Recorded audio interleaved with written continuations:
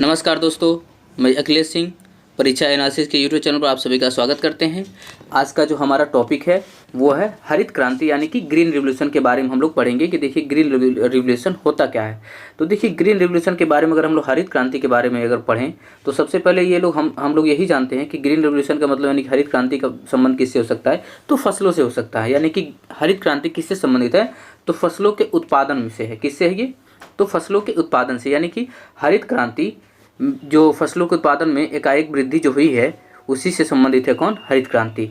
तो देखिए 1960 के दशक में जब हम लोग देखते हैं भारत के स्थिति के बारे में जब हम लोग पढ़ते हैं तो देखते हैं उसमें बहुत ज़्यादा भूखमरी आई थी, यानी कि अकाल पड़े हुए थे। ठीक है, तो उसमें खाद्यान्न संकट बहुत ज़्यादा था। तो उसके बाद से उसी समय नॉर्मन बोरलॉग यानी कि विश्व में हरित क्रांति के जो जनक है नॉर्मन बोरलॉग, ठीक है, ये क्या नाम है कि गेहूं के छोटे और बड़े किस्म के पौधों को ये दूसरे से क्रॉस करा रहे थे, मतलब ये उनका प्रोडक्ट बढ़ाने की कोशिश कर रहे थे। ठीक, तो 1960 के दशक में इन्होंने क्या किया था नॉर्मन बोरलॉग, तो गेहूं के बड़े और छोटे किस्म के पौधों की खोज 1960 में किया था ताकि बहुत सारे उत्पादक गेहूं और धान के बढ़ाए जा सकें। ठीक है, क्योंकि रोटी की संकट पूरे विश्व में उस समय थी, तो इसीलिए इन्होंने बहुत ज़्यादा इस पर काम किया था। ये वैसे तो मूलतः अमेरिका के निवासी थे, लेकिन इन्होंने काम जो किया था वो उनका काम जो हुआ था ये देखिए मैक्सिको में इन्होंने अपना काम स्टार्ट किया था। यानी कि ये मूलतः तो नॉर्मन बोरलॉग अमेरिका के थे, लेकिन काम कहाँ पे किया था, तो मैक्सिको में किया था प्रारंभ। ठीक है, तो देखिए इसी की वजह से 1960 में जब इन्होंने ये क्रॉस कराया था तो इसकी वजह से उत्पादकता में गेहूं और धान में एकाएक वृद्धि हुई थी। तो एकाएक वृद्धि होने के लिए इसे नाम दिया गया हरित क्रांति यानी कि ग्रीन रेवोल्यूशन दिया गया। ठीक है, गेहूं के बड़े और छोटे किस्म के पौधों की खोज 1960 में किया था। इसी के कारण इन्हें नोबेल पीस प्राइज जो मिला था 1970 में, नोबेल पीस प्राइज किसको दिया गया था, तो नॉर्मन बोरलॉग को दिया गया है। ये कुछ क्वेश्चंस एज इट इज ऐसे ही पूछे जाते हैं एग्जामिनेशन में कि नॉर्मन बोरलॉग जो हैं वो विश्व की हरित क्रांति के जनक हैं, इनको peace prize, Nobel peace prize कब मिला है, तो इनको मिला है 1970 में। ठीक है, देखिए अब इसके बाद हम लोग बात करते हैं तो विश्व में हरित क्रांति मैक्सिको से क्यों प्रारंभ हुई थी, क्योंकि इन्हीं की कर्मस्थली यहीं पे थी। मतलब जैसे यहाँ से ज़्यादातर इंजीनियर डॉक्टर जैसे फॉरेन में चले जाते हैं तो वहाँ पे क्या करते हैं, सीखते तो इंडिया में है लेकिन अपना कर्म क्या कहाँ पे करते हैं, अपना जॉब कहाँ करते हैं, अपना ड्यूटी कहाँ करते हैं, तो अदर फॉरेनर कंट्रीज़ में करते हैं। उसी तरह से इन्होंने भी, ये तो मूल निवासी अमेरिका के थे लेकिन काम कहाँ इन्होंने किया था, तो ये काम किए थे मैक्सिको में जाके। तो इसीलिए विश्व में हरित क्रांति मैक्सिको से ही प्रारंभ हुई थी। ठीक है, अब देखिए इसके बारे में हम लोग इसके बारे बाद में देखें तो ये क्वेश्चंस बहुत ज़्यादा एग्जामिनेशन पूछा जाता है कि भारत में हरित क्रांति कब से शुरू हुई थी, यानी कि कब से प्रारंभ मानी जाती है। तो ये क्वेश्चंस एज इट इज बहुत सारे एग्जामिनेशन में ऐसे ही पूछ लिए जाते हैं कि भारत में हरित क्रांति की प्रारंभ कब से हुई थी।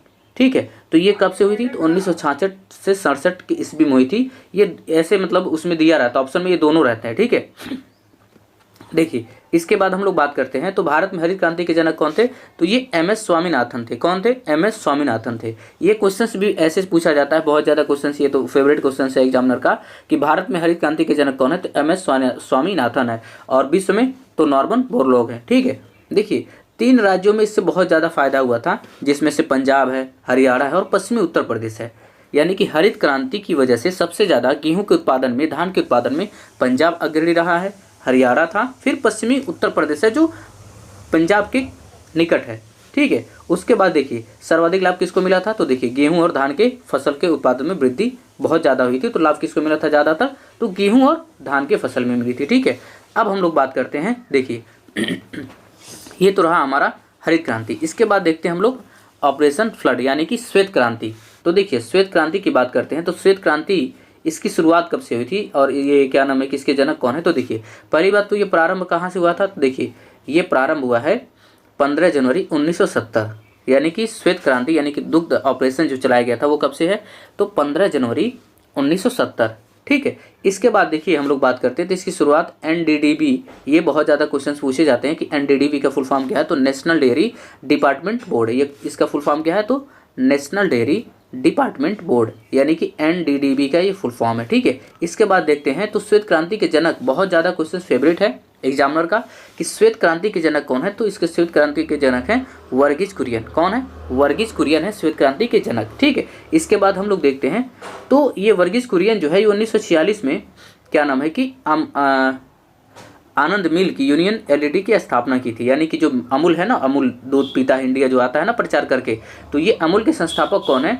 तो वर्गीस कुरियन जी हैं। इन्होंने 1946 में इसकी स्थापना की थी अमूल की। ठीक है, तो देखिए ऑपरेशन फ्लड की वजह से भारत में दूध उत्पादन में प्रथम स्थान पे आ गए हैं। यानी कि हम लोग पूरे विश्व में दूध का सर्वाधिक उत्पादन कहाँ पे होता है? तो भारत में होता है। विश्व में सर्वाधिक दुग्ध उत्पादन कहाँ पे होता है? तो भारत में ही किया जाता है। ठीक है, अब देखिए दुग्ध दिवस कब मनाया जाता है? 26 नवंबर को दुग्ध दिवस मनाया जाता है। किनके जन्म दिवस पे? तो वर्गीस कुरियन के जन्मदिन पे मनाया जाता है दुग्ध दिवस। धन्यवाद। ये हमारा क्या नाम है कि हरित क्रांति और दूध क्रांति से संबंधित एक क्वेश्चन से। धन्यवाद।